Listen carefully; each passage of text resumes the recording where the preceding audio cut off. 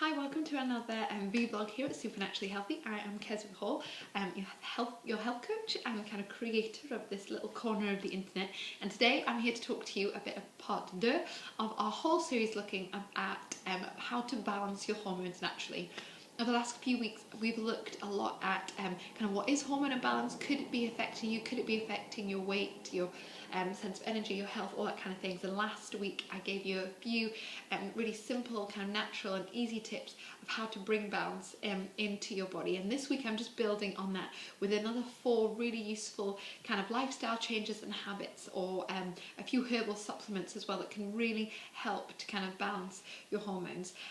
Obviously, some of the main things I think about balancing your hormones naturally is obviously nutrition. I'm all about what we eat. I'm all about food and being obsessed with foods and eating the right foods. And so really, when you're looking at wanting to balance your hormones, the most beneficial thing that you can do is actually really take a good, honest, hard look at your diet and look at what you're eating. Are you eating enough fats? Are you eating lots of processed foods? Are you eating naturally? Are you eating tons of vegetables? You know, this isn't just talking about 2 or 3 with dinner. I'm talking a lot of vegetables. You know, are you eating in a really super naturally healthy way? So that is the main things, and all these other supplements and all these other additions actually have to build on that foundation. You have to have a foundation of good nutrition, and then you can build other stuff like maybe supplements and herbs or other different tactics that you can do. But getting nutrition is the key for that. And there's loads of resources on this site, loads of posts and everything which will help with that.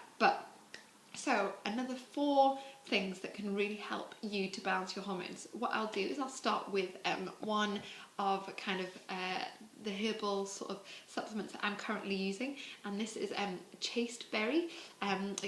This is just the tincture and the kind of extract from it, but you can get it as you can get the berries dried themselves and make your own sort of tincture from it, or I bought this just for ease, and I just have probably about like 10 drops of it a day, and it's really good because it actually kind of helps to stimulate your hormone system. It kind of really nourishes it.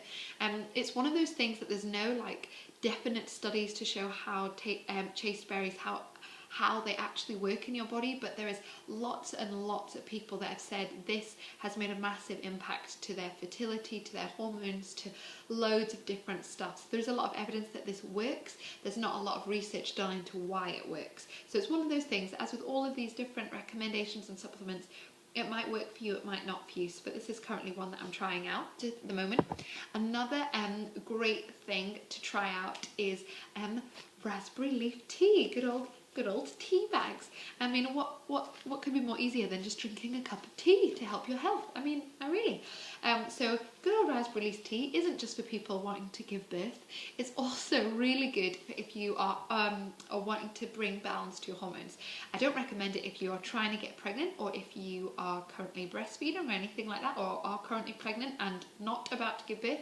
Avoid raspberry leaf tea. But if, like me, you are not pregnant, despite my mum always asking, then actually having a couple of cups of this a day will really help, again, to just kind of really nourish the hormone system and really kind of just bring that kind of natural boost and balance to it all. Another really good thing to do whilst you're kind of focusing on balancing your hormone is to avoid eating sugar. Now that you know here on this site that we're not massive fans of refined sugar, for many reasons, and there's some links below the way so you can read more, but in terms of your hormone balance, actually sugar tends to make you put on and add and gain fat. What does fat do? Fat produces estrogen. What's estrogen? It's a hormone. So actually, if you're eating loads of sugar and gaining more fat, and more fat than what is necessary, actually your body will be producing more and more estrogen. Sugar also makes your body really inflamed. It really lowers your immunity. It just strips your body of absorbing loads of good vitamins. So like vitamin B, your vitamin B vitamins are really good for kind of hormone production and nourishing your body, and sugar actually strips your absorption of that. So it's another reason for doing it. So really cutting down on sugar. Read my blogs below on practical steps on how to do that. But sugar, not a good idea.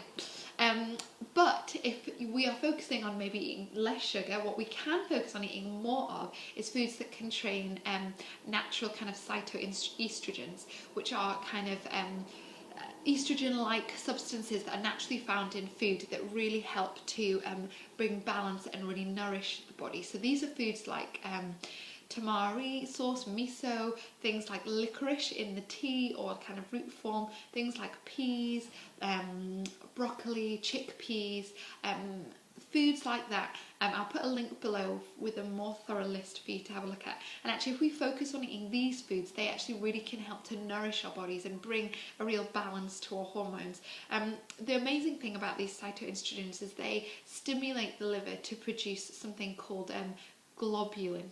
I think I'm saying that right, so I'm just reading it from my notes I made.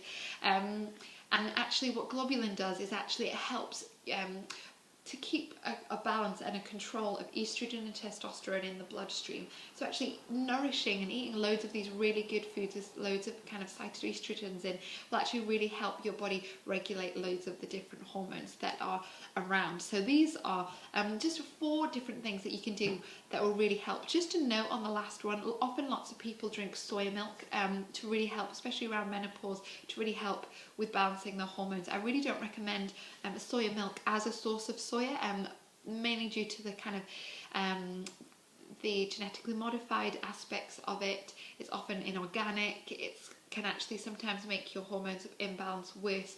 But some soy is really good if you go for traditional fermented versions of soya like miso, tamari, and really good quality tofu. Things like that will actually do your body really good. But soy-based products are often slightly catastrophic for our hormone balance. So those are a few more of your kind of just tips and naturally easy ways of getting the kind of balance back to our bodies. If you have any questions, then just let me know in the comments box below. Let me know how you're getting on if you're trying to implement a few of these changes. I know I've been noticing a big difference from just focusing on muscle and not doing high cardio exercises. That's making a big difference for my body. So let me know how you're getting on, what questions you have. Otherwise, I will see you shortly. Thank you so much for joining me. Bye.